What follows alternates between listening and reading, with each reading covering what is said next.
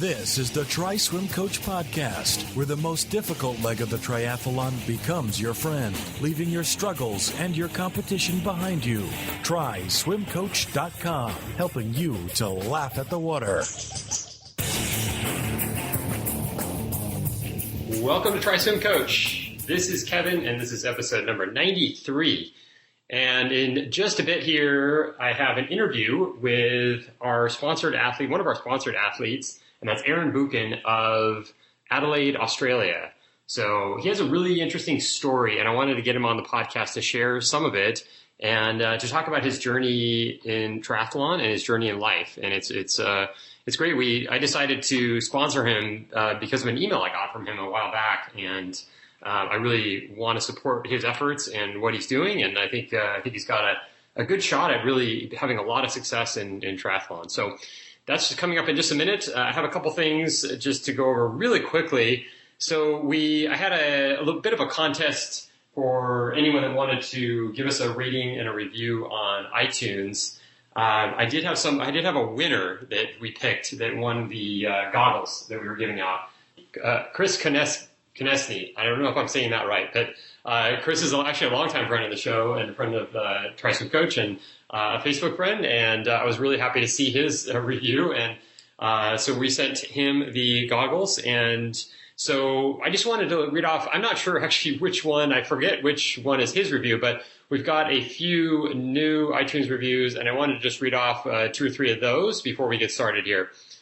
I'll just go in chronological order, so nice show by Wizzy74. I like the format and that's 4 stars. I like the format. Most of the episodes are quick and to the point. I love some of the swimming ideas like, quote, swimmer's golf. What a great way to change up swimming laps because we all know how much fun those can be. That's right. Swim golf, swalf, or freestyle golf is something that we really are big on here at Tri Swim Coach. And it goes beyond just counting your strokes. I mean, when you add in the time element, then you really start to get some intuition about what's really going on in your stroke. So great review. So the next one is awesome, 5 stars by Jaw Hampton. This is a great podcast for beginner swimmers. Thanks, Jay. I appreciate that. And we try to target a lot of beginner issues, but we also get into some more of the details that can help people go faster as well. So, and the most recent one says major improvements, 5 stars by Gunshow99. I love that one. After listening to Tri Swim Coach, I have started implementing the drills and techniques that Kevin and Chris have recommended. I have knocked 10 to 15 seconds off my 100-meter times and have a more enjoyable time in the pool. This podcast is making me a better swimmer and triathlete. Thank you.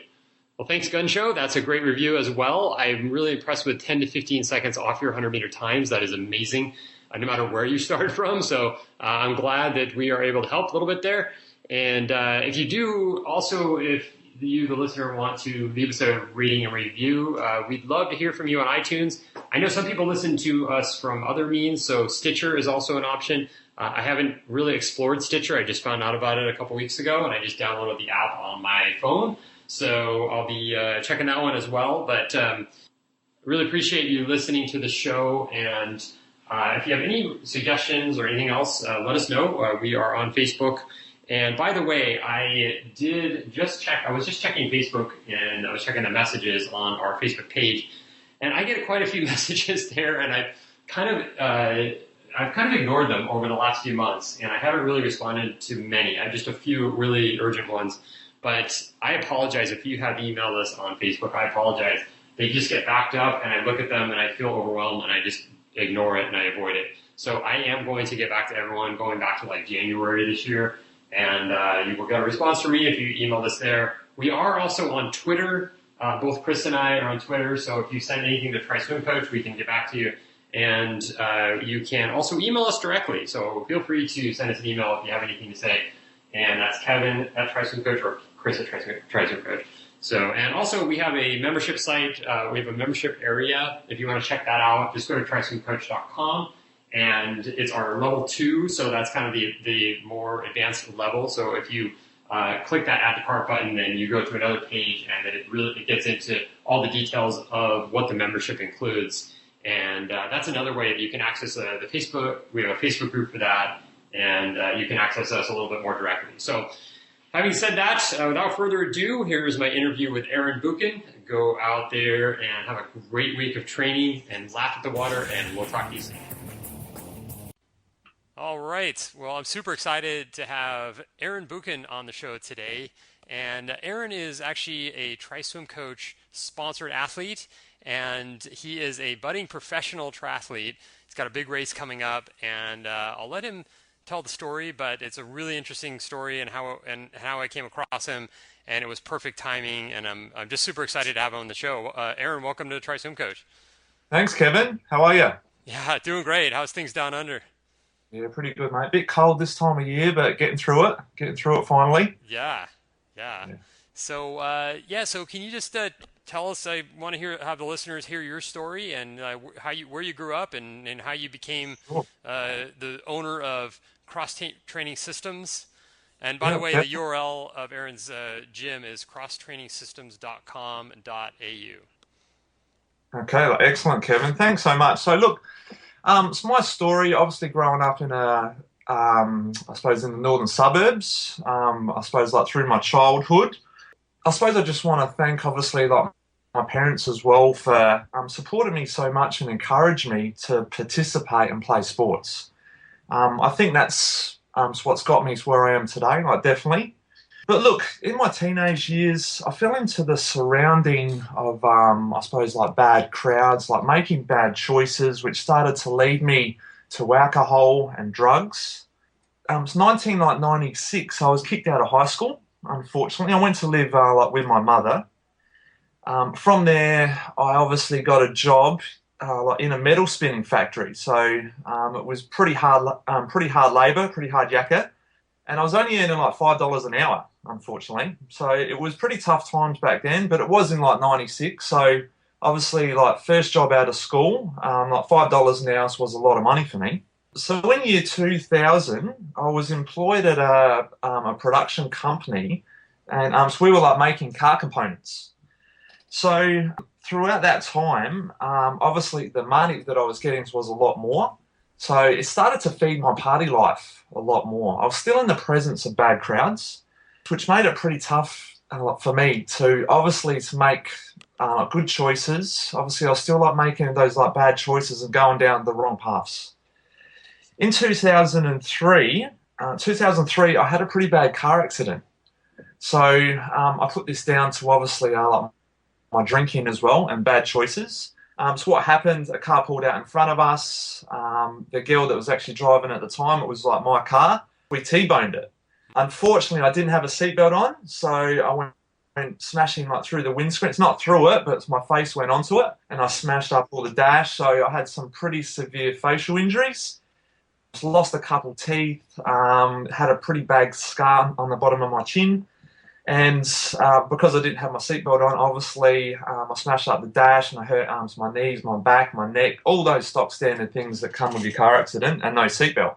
In that year, obviously, I was like 6 weeks off of work, sitting practically just on the lounge, like feeling sorry for myself, like eating bad food, still drinking, making like bad choices.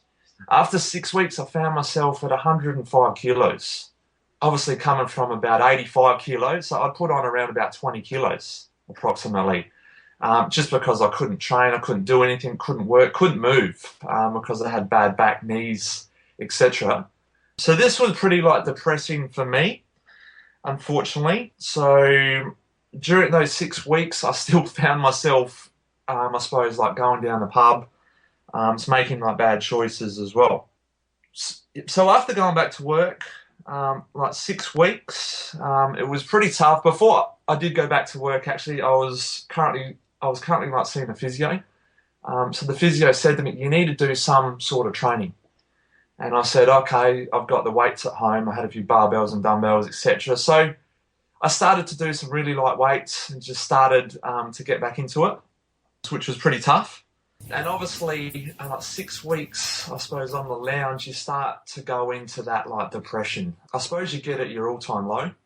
picking up a few weights started to create a bit of motivation for me as well, which was fantastic. Mm-hmm. So I suppose like from there, it started to upward spiral. So what happened, so when I went back to work, it was obviously pretty tough, but I got back into like normality pretty quickly. I started to see some weight coming off. It's what I did in 2004, I think it was. I admitted to being an alcoholic, which was pretty tough. Someone at 24 to admit that, obviously going down the pub every night with your friends is a pretty tough thing. Once I did admit that, I stopped drinking. Which was pretty difficult for me, and the people that I called my friends, all of a sudden, like, weren't your friends. So these were the people in the pub or etc., people that you used to go out and party with. So that was a big eye-opener for me, definitely. During my working time after going back to work and admitting that I had a problem drinking, it was pretty tough. It got so tough that I couldn't think straight. I started to take like my mind off of the job, started to lose like a lot of focus, started to make like a lot of mistakes as well, which was pretty bad because what happened, I ended up getting like demoted for the production line. Yeah. So what happened, I just went back to a stock standard production like workers, which is pretty tough for me. Obviously, I had to sort of get my bum down and head up and work a lot harder. During 2006, a couple years later, so I was compensated a big payout for the car accident that I did have. And I thought to myself, look, what am I going to do to put this like money into my future? And so what I sat down, I decided that I wanted to be a personal trainer. So I decided to go along and do my Cert 3 and 4 in personal training and fitness, which was great. It was like fantastic, a big like motivator for me to obviously have a career change. Obviously, because I've always been into sports, etc. So obviously, I suppose something I was passionate about was coming into the fitness industry and doing something that I love doing. Obviously, after coming into the fitness industry, I left my full-time job I was probably on about $1,200 a week. I left that career to go into the fitness industry as a personal trainer for 6 hours a week, and I was getting paid $100. So that was a big change for me, obviously. Yeah. But like I said, it was the path I wanted to go down, something that I was like really passionate about, that I wanted to make a career out of. Yeah, it's almost like the money doesn't matter when it's you find your passion, you find what you want to do. That just pays off so much more. Yeah, exactly right. And look, it was a turning point in my life that I really did obviously decide that this is, I suppose, like what I want to do, and I'm going to give it 110% and make it worthwhile. So after working for a family gym for about 3 years, I progressed on to starting like my own franchise through like one of the bigger chain gyms. And I was probably there for about another 3 years as well, which was pretty successful. I started to like mentor trainers, and I started to have a few trainers like working for me. And I thought, look, the next step is to start my own personal training studio. So what I did, obviously, I was shopping around for somewhere, a place, a venue, and I found something that came up. It wasn't ideal. It wasn't sort of perfect location, but I took it because it was an opportunity and there wasn't too many others. I took it and I set up my own personal training studio. From here now, it's been like 4 years. We've created some like really good systems. And I suppose like the name cross-training systems, it comes from during the education that I did as well throughout my fitness career. So I learnt so many things from like workshops and like mentors, I suppose other trainers as well. So what I did, I created a heap of systems in my business, and it was a cross combination of systems. And that's why I called it cross-training systems. So it's not CrossFit for all you CrossFitters out there. So we do specialise a lot more in posture correction, rehabilitation, strength conditioning, plus nutrition as well. So yeah, look, for the triathlon, for me, I was introduced to triathlon about 2007 from a good friend of mine. He was like right into it. He was a high level athlete. And I got into it, I suppose I did my first race and I was addicted since. I did a little Tin Man race and I almost drowned in the swim as everyone does in their first race.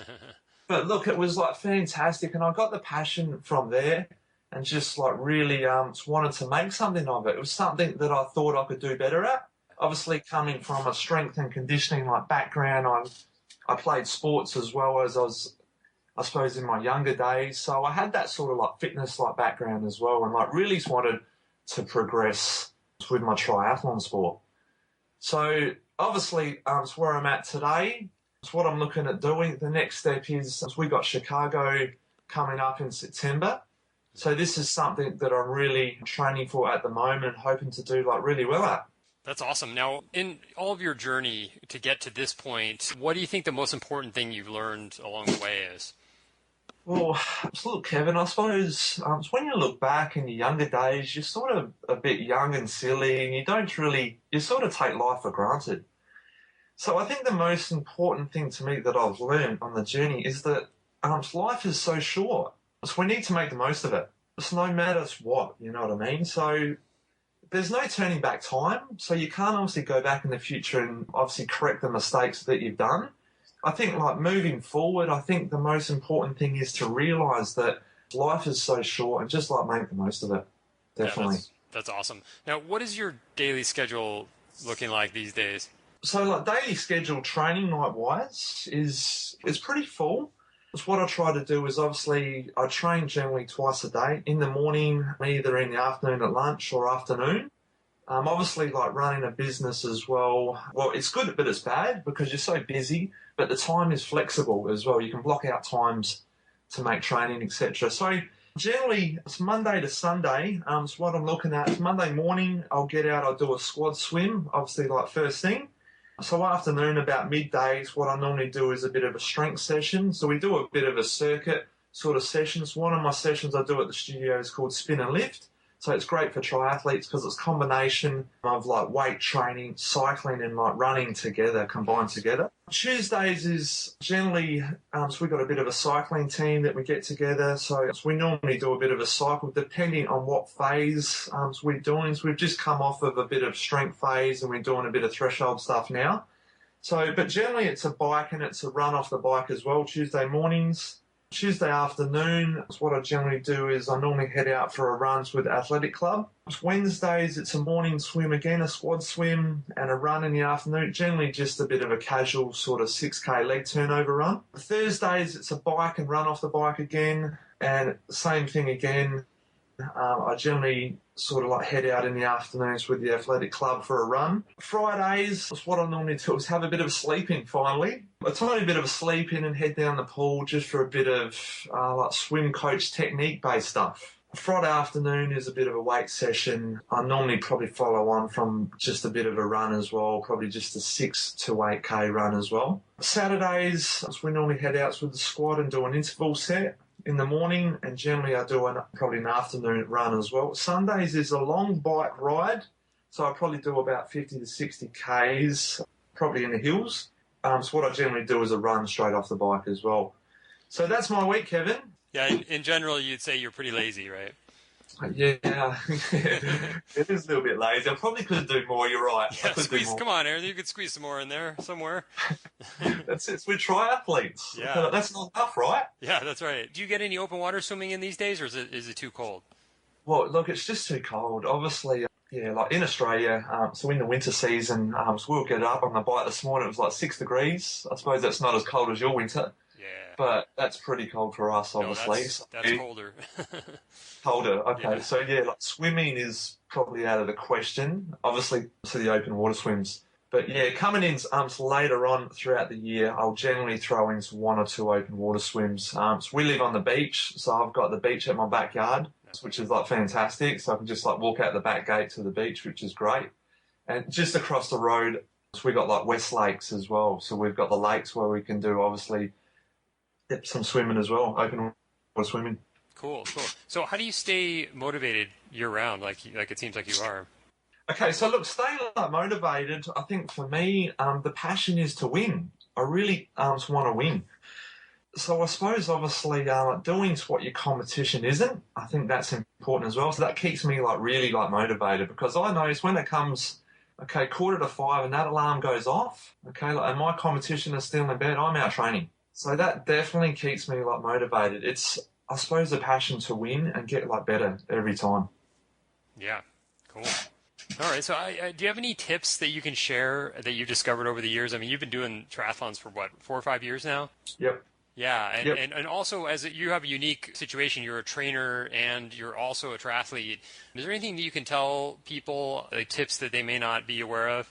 Yeah, for sure. Like, definitely, Kevin. Look, 10 years in the fitness industry and coming from a strength background as well, I think, look, when you go out to these triathlons and you see, obviously, a lot of the guys, so they're doing the training for the three disciplines, and that's great. But it's what they're not doing any sort of posture correction training, core conditioning. So they're not doing any type of strength and conditioning. Because obviously it's such a hard sport to train for, all three disciplines. They're missing out, okay, like on these, I suppose you could call it the essential as well. So look, it's my experience, we do specialise in the posture correction. So I think if you haven't got good posture, okay, it's going to start to hinder your performance. Mm-hmm. Improving your posture and core is going to increase your performance, and it's going to prevent, obviously, something going wrong as well, like an injury, etc. So that would be, I think, a key point, a good foundation principle is to get some good posture correction, okay, some good core conditioning. I think as well, like strength endurance training. So now I'm talking like functional strength training to like replicates what you're doing, I suppose, like in your triathlons as well. A lot of triathletes, they're not doing the strength endurance training, I suppose, because maybe like they haven't got the education behind the strength endurance training, what it can do, again, to improve your performance. So I think it's going to definitely, if you're doing a lot of the strength endurance training, it's going to help you a lot on the bike, and I suppose to run off the bike as well. Yeah. Probably like thirdly, I would have to say like nutrition as well. So this is obviously the key for recovery. Mm-hmm. If you're not putting in good food into your body, you're not going to recover as quick. So like for me, with my training schedule, I need to make sure that the nutrition is perfect. Because if it's not, I'm not going to recover as quick. I can't train as hard. And I think it's so important to back up training sessions as well. And if you're not recovering, you're too tired, you're not going to get out of bed. Okay, so there's the competition like right there. So they're probably the three key points that I can give for people to start improving, to make their triathlons a lot better. That's awesome. Now, as far as the posture correction goes, can you give a specific example of that? Because that's something definitely that I'm very interested in. Sure, definitely, Kevin. Look, it's what we do when someone comes in for, say, example, like they'll come in for a postural assessment. So we'll identify the pelvic positions. Okay, I'll give you a perfect example of this. For us guys, our pelvic position should be in between 4 to 7 degrees. So if we're outside that, and look, generally triathletes, because they're doing so much training and they're not stretching, example like through the quads and the hip flexors, they're going to be, so their pelvis is going to be tipped forward. Mm-hmm. All right, so what I see is pelvic positions around the 15. Okay, so you're going to be starting to lose performance if the pelvis is not in a good position. All right, so that's just like one example. So we go in to assessing your forward head posture, your spinal curvatures, and then we do some core testing as well. So core testing, so this is a crucial thing as well. Look, 90% of clients that come in and see us, what's happening, they're failing our core tests. Mm-hmm. Okay, so they're doing, example, like sit-ups and crunches, but that's not conditioning, okay? It's not conditioning the crucial like muscles that you need to stabilise the hips and the pelvis. Right. So we're talking about example like your lower abs, your transverse abdominis, your pelvic floor, like your diaphragm, plus your spinal stabilisers, okay, like your multifidus. So these are like really important muscles to make sure that they're functioning correctly to optimise your performance, okay, in swimming, like in running, and obviously cycling as well. Yeah, absolutely. Great stuff. Now, what do you think it'll take for you to accomplish your goals in the upcoming months? Okay, look, I think for me, obviously the goals are to get to Chicago, to have like a really good race in Chicago, and then come back 3 weeks after coming back from Chicago. So we got the duathlon series. So this is obviously the World Duathlon Series in Australia, which is like fantastic. So for me, I think, look, to achieve those goals, I just got to keep progressing in my training sessions. Okay, like every time I want to be going out, what I want to be doing is PBs. Okay, every training session. So I suppose so that's where the recovery, etc., is going to come into it. But I think, like most importantly, is what I need to do as well is listen to my body. So my training schedule is pretty full. But look, if I'm getting too fatigued, too run down, so what I'll do, I'll just have a day off. because if I'm not like resting, I can't train obviously at good quality. And I think the quality of training sessions is like much, I suppose, like more important than just going out and just doing a half-assed training session. Yeah, that makes sense. Are you planning on, it sounds like, so you're doing the Chicago Triathlon in September, so you can do a lot more swimming leading up to that and then focus on bike and run after the Chicago race? Not necessarily. I'm definitely still going to keep doing the swimming. At the moment, I'm doing about 4 swim sessions a week. Okay. So 3 squad sessions, like 1 technique-based session. So that's going to keep going because, look, as soon as practically after the duathlon series, which is like 3 weeks after September, is going to be practically our triathlon season. So, yeah, look, obviously going over to Chicago is what I'm going to be doing. I'm going to be doing 3 disciplines. I'm doing the aquathon, I'm doing a sprint distance, and I'm doing a standard distance as well. So I've got to sort of train smart for, I suppose, like all 3 like races, come back and do the duathlon, and then obviously come straight in to the 215, 216 triathlon season over here in Adelaide in Australia. So I think it's what I'm doing at the moment with my training, and obviously like your swim coaching, it's going like really well, getting some really good, I suppose, like progressions in the swimming as well, which is fantastic. On the bike as well, it's going good. So what I need to really work on, I think, is the running as well. Just at the moment, I'm coming off a bit of strength and aerobic sort of training and just starting to get into a bit more threshold stuff and probably just a bit closer. Well, probably in the next, say, 2 months, I've got to start to work on a bit more speed. So speed's going to be key just to get those like run times off the bike down. Nice. Yeah, so for those people that are listening right now, I'm sort of trying to coach Aaron from a distance in swimming, and he's sending me his videos, and we're kind of, tweaking his stroke a little bit here and there, and so things are definitely looking good, and yeah, so it's exciting, and Aaron, really appreciate you coming on the show. Good luck with all that you're doing, and we're obviously going to be following you. You're a tri-swim coach guy now, so we'll keep updating everyone on Aaron's progress, and then you'll have your own page and all that, and we'll post this show. So yeah, so good luck, and thanks again. Excellent. Thank you so much, Kevin. Appreciate your help. It's been fantastic, mate. You've been awesome. Cool, man. Yeah, great to hear. Thanks for listening to another episode covering swimming and triathlon mastery. To get your free online swim clinic, just go to tryswimlessons.com. Give us your name and email, and we'll have session number 1 off to you right away.